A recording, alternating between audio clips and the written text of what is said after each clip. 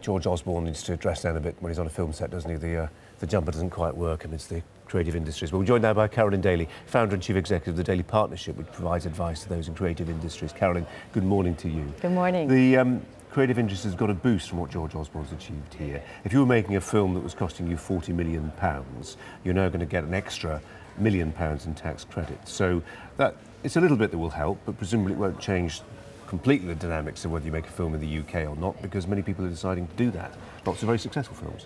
They are, and there are lots of advantages that the UK already has. Beautiful locations that you can't get anyplace else in the world, a highly talented local workforce and filmmakers. But those aren't the only things that will keep films here, and so every bit helps. And there are heads of these production companies that look very closely at their budgets, and something like £1 million on a £40 million film makes a big difference. But don't forget, a lot of these big blockbusters are in the £500 million category, and so then you're talking about a lot more money. And when they're looking at competition from around the world to come and produce in different countries, this helps keep the films here. They say, don't they, in America, the squeaky wheel gets the oil. And the big films, you know, you've got the studio saying, let's do this in the Czech Republic because that big castle scene is going to be cheaper if we do it in Prague rather than London. But presumably, in terms of who's calling the shots, the big cheeses, the big actors, for instance, still get to have a big say. That's a say, and that's a big advantage, again, of the UK, because that talent, the headline talent, love to come to London, and so that's a huge advantage that we have. But at the end of the day, it's a very cold, hard calculation about what money makes sense, and so if things are going to get too expensive, those people even can be overruled. Yeah, I mean, we think of Ireland, don't we? Some of the tax breaks that are offered there to filmmakers. Think about Game of Thrones. Game of Thrones, doing extraordinarily well. And you think of all the ancillary industries that then feed off that. It can be tours of the studio. It can be people just drawn to a certain part of the world. Look at New Zealand, Lord of the Rings, and what they did for tourism there. So you get this spoke effect, don't you, off the hub, reaching out, that can create a lot more money. That's right. You get both local, a huge knock-on effect locally. It can transform a local region, but also it showcases British culture around the world, and that's a huge boost to tourism.